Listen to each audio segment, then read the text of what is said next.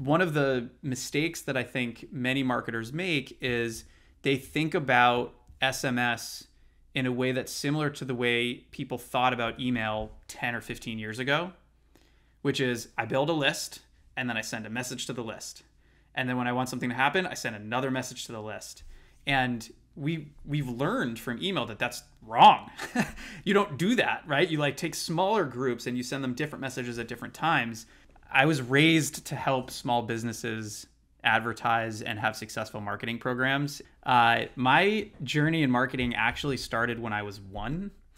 My mother started an advertising agency when I was 1 year old, and my father ended up working for her. And so our dinner table conversations when I was growing up were about what's the most effective messaging for this product, and how do we make sure that our clients are seeing a return, and how do we make sure our employees are getting smarter and are happy and stay. So I thought that was a normal thing to talk about when you're growing up. I've learned it's not.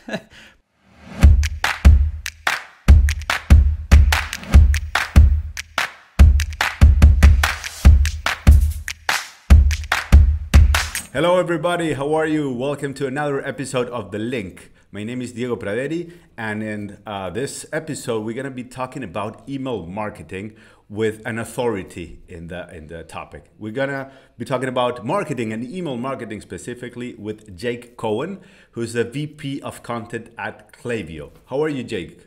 I am great. Thank you for having me today. Cool. No, thank you for joining us.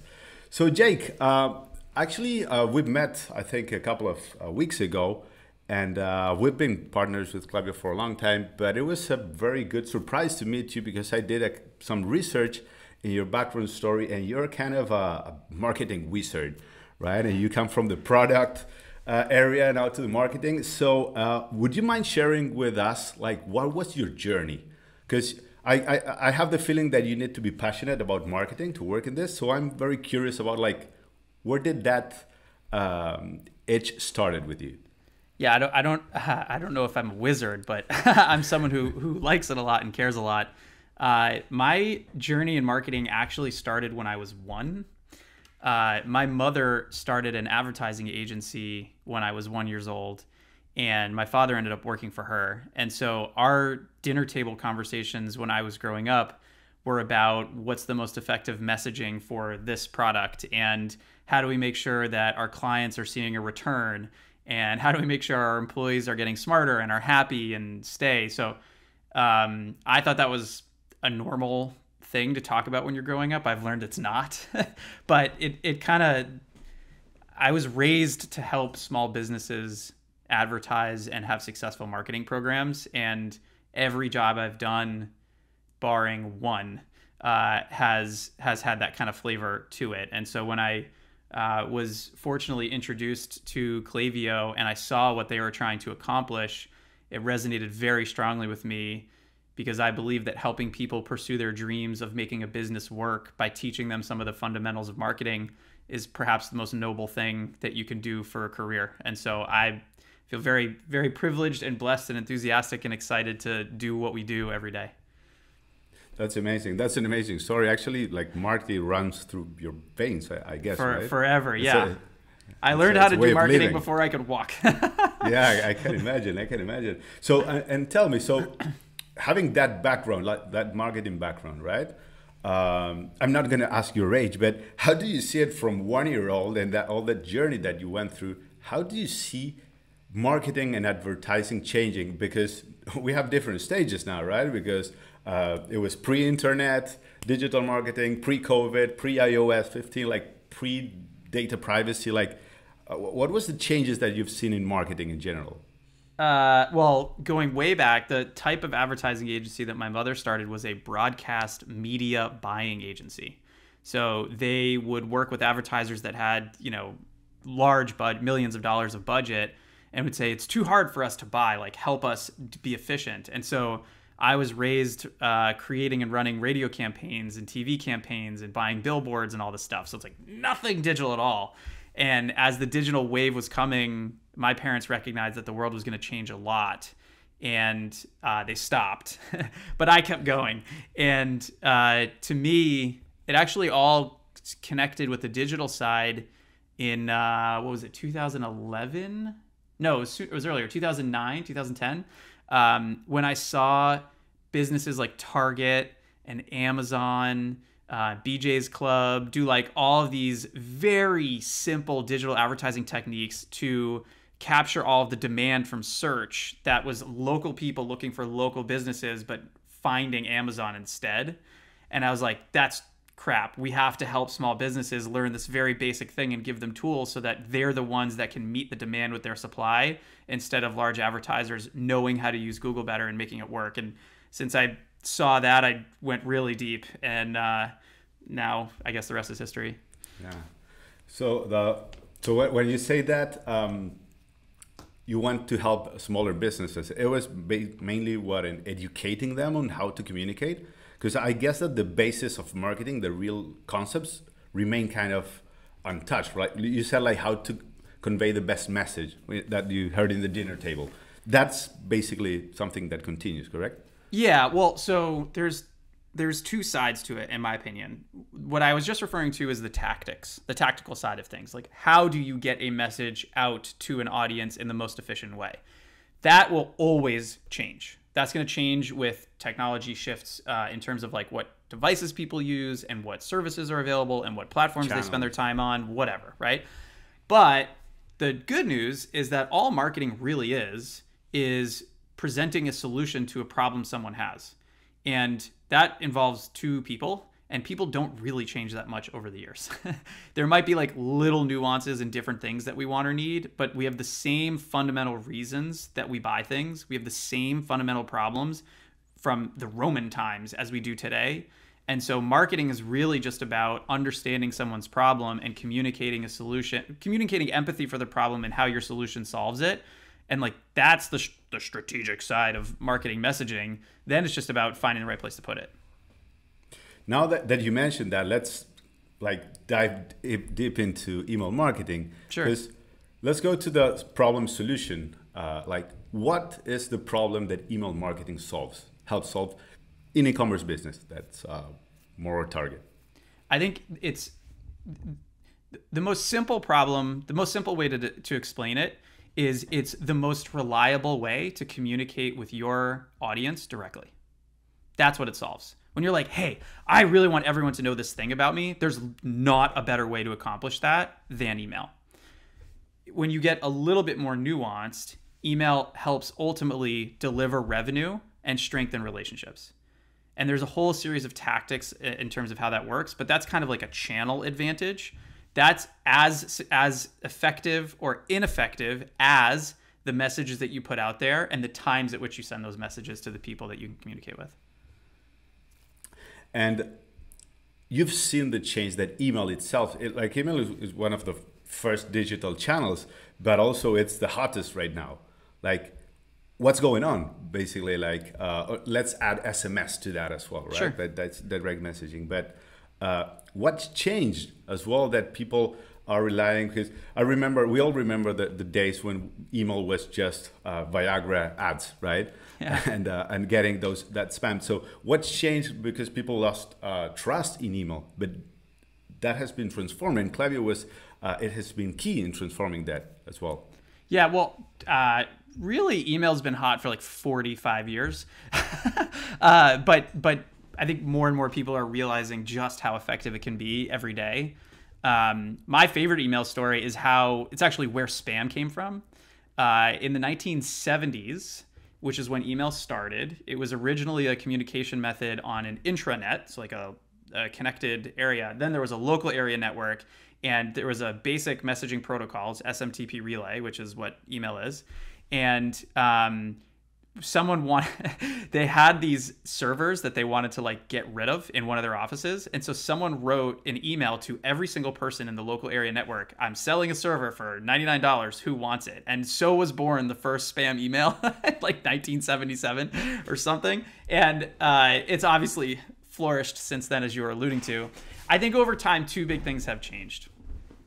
Well, really three. Number one, there have grown inbox providers like Gmail that have taken their responsibility of keeping the real estate of the inbox precious, they've taken that responsibility very seriously.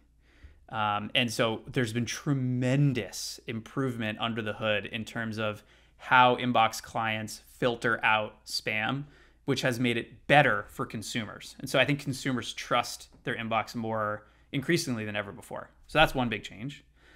The second big change is that there has been an improvement in technology to make it easier for marketers and people sending email to be more strategic about what they send to whom in a way that's not as hard.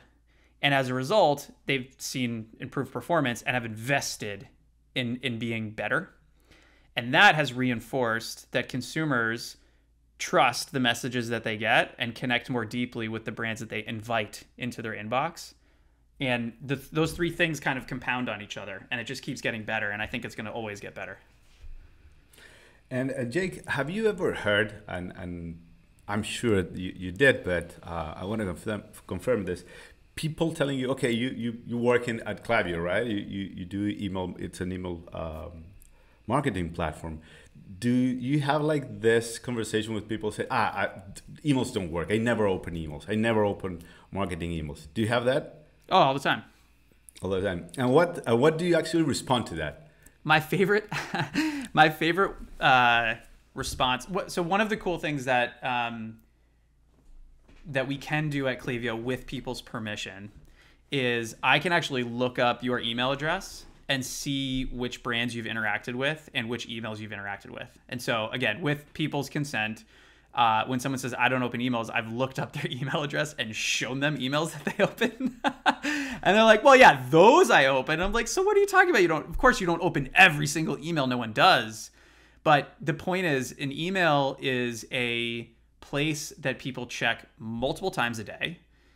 They rely on it for information that they need. And as a result, when they've invited a connection between them and a brand, no, they're not going to see and read every single email that someone sends them, but they're going to see some of them. And from a marketer standpoint, the opportunity to communicate directly and be heard some of the time without necessarily paying for that delivery or basically being ignored 100% of the time is amazing. That's so powerful. So people say that email doesn't work, but it does. numbers show. Numbers don't lie. It works. It works pretty good. Exactly. Cool. And I also wanted to. You mentioned on the side kind of segmentation, what to send to whom and when, right? And one thing that I love about Klaviyo, it's how you manage data and this predictive data that you have and allows us to segment. And before you answering directly that question, I would like to confirm with you the genesis of Klaviyo, because Klaviyo was data before being email, correct? Yes, very, very much so. In fact, a little known secret is Klaviyo, when it started. I love secrets. Yeah, this is definitely a secret. When it started, actually wanted to be an analytics platform for B2B businesses. Okay. And what it wanted to be was, the idea was that in a B2B business, right, so a business selling to another business, typically the way that sales and marketing experience works is there's lots of touch points, and then eventually they become a customer for an extended period of time. And it's remarkably difficult to understand which one or combination of touch points help turn that person into a customer. And so the idea behind Klaviyo was, well, if you can take all of those different steps and you can use the lifetime value of that customer and using your historical conversion rates of each of those steps, apply a value to each step, then as a marketer, you can know that getting people to read a white paper or something is worth $1 each time. And so I can use that figure to determine how much to invest in that step. That was what Klaviyo aspired to be early on. And in pursuit, are we talking about attribution models? Effectively, yeah, but like applying value, using an attribution model to apply a numeric value at each step. Numeric value, okay. Yeah, and so that was the hypothesis. And in pursuit of building that, Klaviyo built many integrations with various sources to provide a unified view of a single customer, a single profile. And one of those sources was e-commerce platforms. And as e-commerce businesses using those platforms saw all of their data from various sources, including their e-commerce platform, enter their Klaviyo dashboard, they said, "Oh my gosh, this is amazing!" And they started building segments and isolating, very specific groups. And the folks at Klaviyo, we asked, what are you doing with that? And they said, "Oh, well, we're going to go upload that to our marketing tool, our email tool." And we said, "Well, that's crazy. We should just build that into it." And so that was like kind of how Klaviyo started, where it was really analytics plus integration plus segmentation, then communication tools on top. And so we added email first. We've obviously since added SMS. We've added forms. And so now it's not just an email platform, though it is. It's a whole it's like a unified customer communication platform where all the information you need to speak accurately and relevantly to anyone in your audience, you can do very, very easily. Thanks for sharing that secret. It was amazing, and that makes sense. Like you put so much emphasis in segmentation, and Klaviyo as a brand speaks about segmentation, how to speak to the ideal customer of that segment in that moment, and I want to touch as well in another aspect that you went over, that it's creating an email list and why you should create an email list, because like you said, you can broadcast for free, right, at any time. And it's very known, this aspect, that email marketing is the only source of traffic that you own, basically. And can you go deeper on why is that so important nowadays, right? Because people going other routes have been crushed a couple of times because of that. Yeah, so philosophically, not to get too touchy-feely, but starting and growing a business is really hard. There's so many things that you have to figure out and get right, or at least not get wrong, that it makes it really hard to succeed. And at Klaviyo, this is my like personal kind of career focus and goal, but it's true of Klaviyo as well. We want to increase the likelihood of people's success. And we want to increase that likelihood by reducing some of the hard thinking, the hard work, and the hard execution in general. Now, obviously, we can't solve every single problem that a business might have, but we can help solve one of the really big ones, which is people buy from you and you need to be able to talk to them to share what they can buy. And so we can help make that easy. Now, there's a lot of ways that you can accomplish that. And one of those ways is through advertising or partnerships or whatever else. And those are very valid ways, and everyone should use them in some capacity at various points of their business's journey.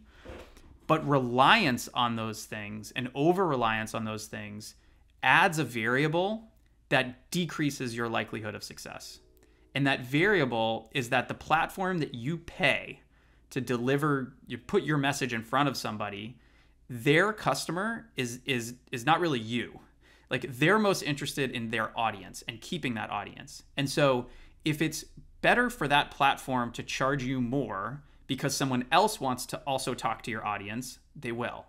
If that platform wants to take your message away because they think it's scaring their audience away, they will.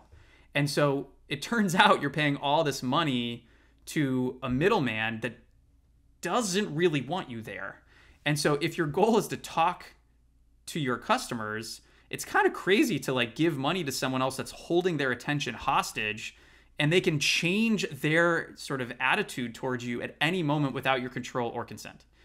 And so we're like, that's bananas. That's like, imagine you wanted to call a family member, but you had to pay someone $5 to have them decide if, your family member should talk to you. It's like, it's crazy. So instead we say, look, the right thing to do to increase your odds of success is to build your own relationships where you can decide how you want to communicate with those people and what to say. Now, of course, relationships are two-way. If you have a relationship and you just keep yelling at them over and over, they will leave you. So we're not encouraging that, but we do want to make sure that when you do have something good to say and you do want to foster that relationship, there's nothing that stands in between you and your audience or your customers. If anything, there's tools that help bring you closer.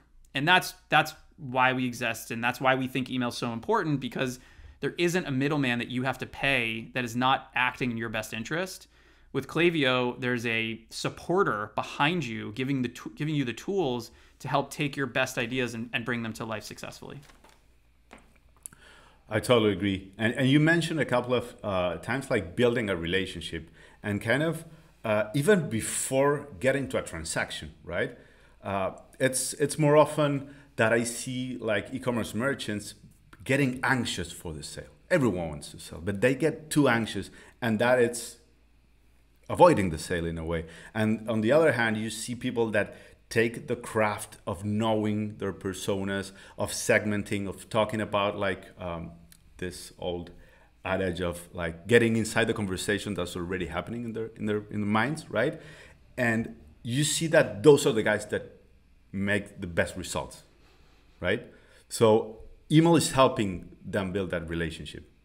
Yeah, well, so this is an area where I'm particularly opinionated. Love it. I am, as a marketer, I am more sales oriented. I believe that marketing is an extension of sales and that marketing exists to help sell more things. But the difference between like proper sales, when you're one-on-one having a conversation, and marketing is that you're allowing the consumer or the audience to navigate their own way towards the conclusion that they want to buy your thing. And so the job of good marketing is to understand the journey, the mental experience, the progression that people go through from I have a problem to this will solve my problem, I should buy it. And so email should sell at the end of the day. But every email may not have the explicit goal of driving a transaction. Some emails, exactly, they may have the goal of getting someone to believe something that is different than when they started to help getting them closer to being ready to buy when they are ready. For example, if someone, I'm going to make up a totally arbitrary example here, but I don't know, let's say someone has shoes, running shoes, and their feet get hot, right? It's kind of a random thing, but that happens. Yeah. They might see an advertisement or a blog post on how to keep your feet cool during the summer. And they might say, for more tips on running, sign up. You might then send an email that the goal of that email is to demonstrate your authority on running in heat. And as a result, that person received that email will go, I'm going to trust what these people say. If ultimately what you sell is shoes that have, nice mesh uppers that keep your feet cool, you're basically preparing that person to trust you when you have a solution to offer. So that when you say, hey, the forecast in our neighborhood is going to be 95 degrees or whatever, 30 Celsius next week, what about you? You should consider these shoes. This is what I use to keep my feet cool. They're going to be like, that's amazing. That's what I need. But that was like maybe the 5th email that you delivered to them while building trust along the way. Well, you mentioned also a topic that I hear a lot. It's about like email marketing is not like, or building your email list is not just about giving discounts, right? It's about, like you mentioned, giving value. That's right. Right, and building that relationship. Jake, I know you put a lot of attention in the roadmap of Klaviyo, right? Mm-hmm. Yep. Where are you seeing, and also hearing that amazing pivot that you had at the beginning? A long time ago, yeah. A long time ago. But where are you going? Like, where's Klaviyo, where's email marketing going? Because you've included SMS now, and you're like doubling down on that.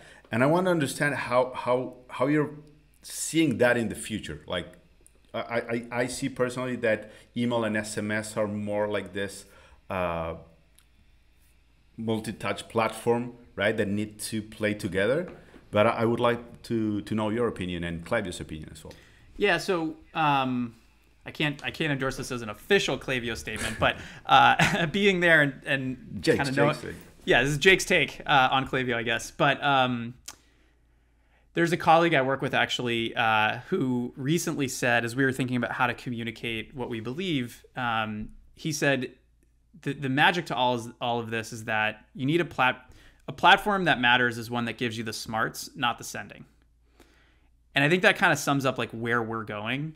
It's not very difficult to like relay a text message or relay an email, and it's not even really that valuable to just have a tool that allows you to design a thing and send it to everybody. What makes marketing special is when the communication is relevant to the person And relevance is a function of the content, the timing, the person, and the context of everything else that they know about what you have to offer. And those things are really complicated to manage. And so we have, I think, made pretty good headway in giving someone the tools to coordinate all of that if they know what they want to do. So in other words, we've created a really nice keyboard, and if you're a good musician, you can play a beautiful song with Klaviyo. But actually, we believe that the future is to help more people become better musicians in that analogy. Where like not everyone can sit down at a piano and play Mozart, but they might be able to hit one or two keys. And we kind of want to like light up the keyboard for people and show them, given your business and given your audience and given the specific person even, here's the type of message that you should send.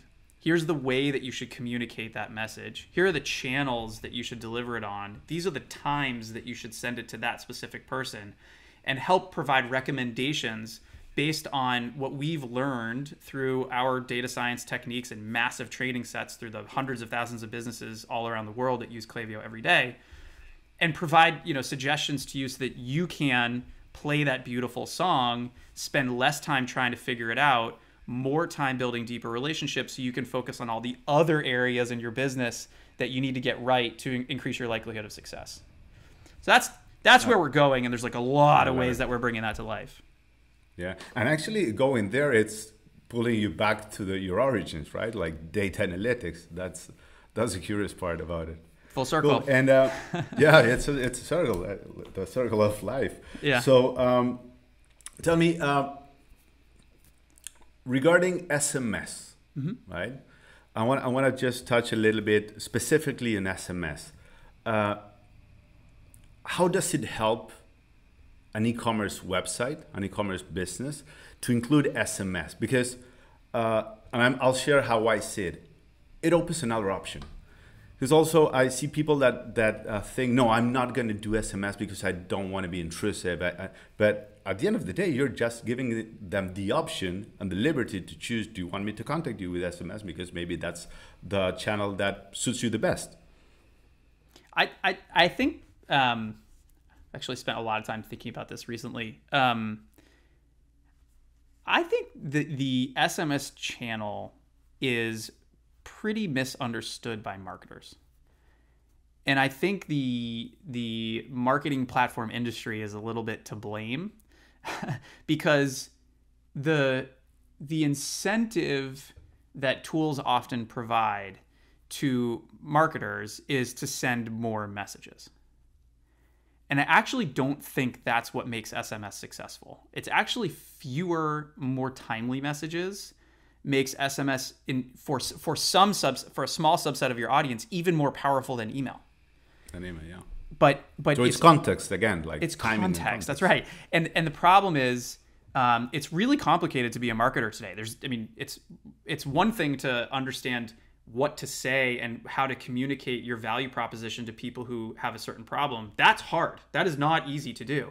It's a whole other thing to also understand how to use all these channels, which are changing like every week, it feels like. So I get it. It's complex, but one of the mistakes that I think many marketers make is they think about SMS in a way that's similar to the way people thought about email 10 or 15 years ago, which is I build a list and then I send a message to the list. And then when I want something to happen, I send another message to the list. And we've learned from email that that's wrong. You don't do that, right? You like take smaller groups and you send them different messages at different times. And I just don't think the technology, on Klaviyo, I think it's actually amazing. We're still trying to help people do more interesting and sophisticated things. But I think the technology hasn't really evolved to a place where you can be so personal in text the way that consumers actually want it to be. And instead, people are like, I don't want to get, I have so many messages from brands that every day at 12:15, they send me another sale text. And I'm like, this is ridiculous. This is like not the point of this. Whereas there are some brands that send like really interesting little articles, or value. They will, total value. Or I'll ask a question and they'll actually respond. And it's just macros. It's automated, Yeah. but they give me value, and like I pay attention to that brand once I've seen that they provide value to me in the way that I want. That's the magic of SMS that I don't think everyone has really unlocked yet. So when I hear people say like, "Oh, I don't want to be invasive," good. You don't want to be invasive, but No one SMS wants. alone does not like is not always invasive. Sometimes it's very, very special, but you have to use it the right way. Yeah. Yeah, it's a tool. You just Yeah. need to learn how to use it. We see a Jake, lot of success. Hold on, before we move on, because I bet no, people of are like, course. okay, well then what are you supposed to do? But Exactly. we see a lot of success in number one, like transactional communications, updates about orders or updates about status of things. Exceptionally useful via text because it doesn't get lost. Other ways are if someone definitely likes a brand, is a VIP, maybe multiple purchases, been to the website a lot lately, sending them information before you send it out to everyone via email or on your website, but via text so that you're like an insider. Exclusive. Amazing SMS use case. Builds community, right? Around the brand. Absolutely. After an order arrives and it's been a week, checking in to see how things are going and if there's anything that they can do to help, or offering an article on how to use that product. Amazing use of SMS. But hey, here's 5% off, go buy my thing every day is like not the right way to use text. Yeah. I love to hear that. I totally agree with that as well. And Jake, the last part that I want to cover, like there are many things that I would love to cover with you, but we'll have more opportunities. Yeah, that would be great. But yeah, and I want to talk about like what's the space that, and let's talk about email in general, like email SMS, right? In the marketing / sales funnels, right? Because some people will say, okay, email marketing or SMS, it's great for retention. But you gave some examples that I would say, okay, but it's great for activation or for acquisition. So like, what's your take on that? Again, it's a channel, right? And so you can use it in lots of different ways. I think the most successful companies in terms of like generating revenue are constantly asking themselves the question, how can I provide more value than what I'm asking for at every interaction? And if you take that approach, email is a phenomenal sales channel to drive revenue from new customers. So like one example of that is you could have an experience on your website. We see this is very common. We see this now where there's a quiz that provides, you answer some questions, it gives a recommendation. You can actually say, here's this recommendation. And if you enter your email address, we'll send you some content about this specific product that we think will be useful for you. That's a lot of value. Then when you go send that to the person and they read it, they're literally educating themselves on the product that you told them to buy. Once you see that they read it, you can follow up and say, hey, just a reminder, we have, only so many in stock. If you're interested, now's probably a good time to buy it. No discount, just a little, you should go get this. You will literally drive a tremendous amount of sales through that little experience that has nothing to do with your repeat customers. So it's just about how you use the opportunity to communicate with someone directly and how you're constantly setting up more value than the ask, which allows people to lean in more and progressively build a deeper affinity with your brand. And ultimately, if they have the problem that your solution solves, they're going to buy it because they're in contact with you and you're building trust, from them. Yeah, and we're talking about not just campaigns, right? Individual campaigns. We're talking about automated flows as well. That are being fed by those campaigns, correct? Absolutely. I mean, I think flows are like the most powerful, amazing, and in particular in Klaviyo, they're so flexible. They're simple. There's like a whole library. You don't have to know a ton. You can configure basic things, but you can also get as like nuanced and specific and personal as you want. It's some people have done some incredible things, but I think flows are a way that you can construct a customer journey that builds more trust and automatically takes people down that journey for you once you configure it. And that to me is truly the magic of email. Campaigns are the sort of big revenue drivers that frankly I think work for your existing customers better because you've already established a deeper relationship with them. You can send some type of special update, and in their interest to support you and to get more of your solution, they'll exchange with buying stuff. Amazing, Jake. Before we go, let's just a couple of numbers, right? I want to talk to our audience, like many e-commerce merchants that maybe haven't or they haven't enabled the email channel, or maybe they do enable it, but there's lots of people that just have it, set it and forget it. What in numbers? What's kind of let's talk about B2C, right? What's an expected attributed revenue for email?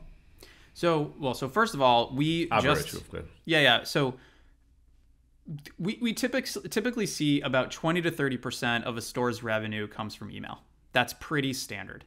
So if you're not using email, you're probably leaving 20 to 30% of revenue on the table, which is a lot, because it's not cannibalistic. It doesn't eat. It actually adds because you capture more people. Exactly.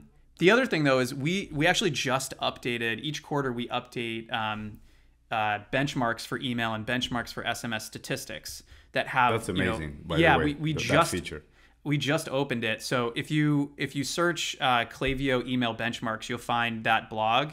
But then also what you're alluding to is we built a whole feature set that for Klaviyo customers will analyze every single one of your flows and campaigns and will tell you, compared to businesses similar to yours, are you over or underperforming in those various metrics, so you know where to invest your energy to improve. You have leading indicators, basically. Yep, for everything. I love it.